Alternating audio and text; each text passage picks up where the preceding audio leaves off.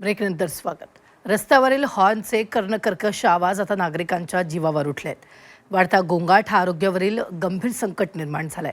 धक्कादायक म्हणजे एका अभ्यासानुसार याच कारणामुळे भारतात 6 कोटी लोकांनी आपली श्रवणशक्ती गमावली आहे। तर हा गोंगाट मुलांची स्मरणशक्ती सुद्धा कमजोर करत असल्याचं एका अभ्यासातून पुढे आलंय। त्यामुळे ही धोक्याची घंटा आहे। पाहूयात।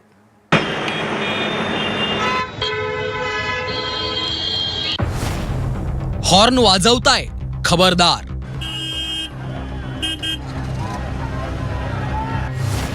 तुम्ही वाजवत असलेला हॉर्न जीवघेणा।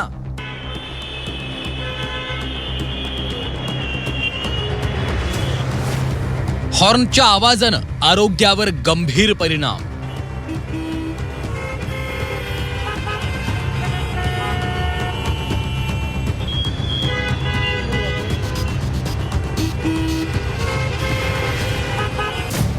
तुम्हीही वाहन चालवताना विनाकारण हॉर्न वाजवत असाल तर सावधान, कारण तुम्ही वाजवलेल्या हॉर्नमुळे इतरांच्या आरोग्यावर गंभीर परिणाम होऊ शकतो। ट्रॅफिकमध्ये तर वाहन चालक आजूबाजूच्या लोकांचा विचार न करता जोरजोरात हॉर्न वाजवतात। दिल्ली मुंबईसारख्या महानगरात तर हा आवाज फारच जास्त असतो। संयुक्त राष्ट्रांच्या 2022च्या आकडेवारीनुसार भारतीय शहरं जगातील सर्वाधिक गोंगाटांच्या शहरात सामील आहेत। दिल्ली मुंबईसारख्या महानगरांच्या रस्त्यांवर सरासरी गोंगाट 75 डेसिबल असतो। तो जागतिक आरोग्य संघटनेच्या सुरक्षित मर्यादेपेक्षा 4 पटीनं जास्त आहे। याच्यात फक्त वाहनांच्या हॉर्नचा समावेश नसून डीजे, भोंगे यांचाही समावेश आहे। वाढत्या गोंगाटामुळे भारतात 6 कोटींहून अधिक लोकांनी त्यांची श्रवणशक्ती गमावली आहे। संशोधनानुसार रस्त्यावरील गोंगाटामुळे हृदयविकाराचा धोका वाढतो, शरीरात तणाव निर्माण होतो आणि रक्तदाब वाढतो।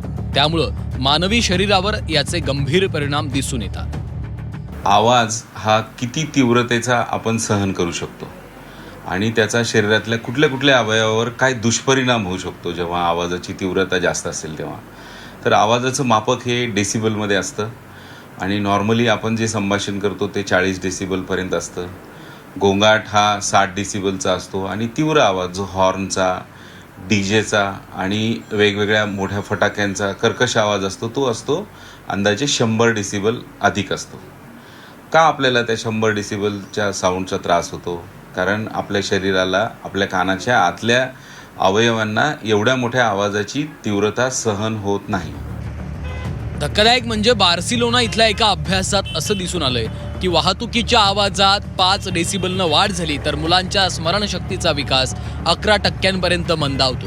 सोबतच मिरवणुकीतील डीजे, लग्नात डीजेचा वाढता वापर आरोग्यासाठी धोकादायक असल्याचं तज्ज्ञांच्या अभ्यासात पुढे आलंय। वाढतं जे आवाजाचं प्रदूषण म्हणू आपण, हॉर्न्स किंवा मग डीजेचा वापर, मोठमोठ्या मिरवणुका, लग्न समारंभातले डीजेचे वापर, ह्या सर्व कारणांमुळे आमच्या असं लक्षात आलेलं आहे की या मागच्या 10 वर्षामध्ये कानाच्या नसांची कमजोरी, ऐकण्याची क्षमता कमी होणे, त्यानंतर कानामध्ये कायमस्वरूपी शिट्टीसारखा टिनिटस नावाचा एक आवाज येणे आणि बऱ्याचशा लोकांना कायमस्वरूपी अपंगत्व पण आलेलं आहे की कानाची पूर्णतः शक्ती गेलेली आहे। इतर देशात गोंगाट कमी करण्यासाठी वेगवेगळ्या उपाययोजना करण्यात आल्या।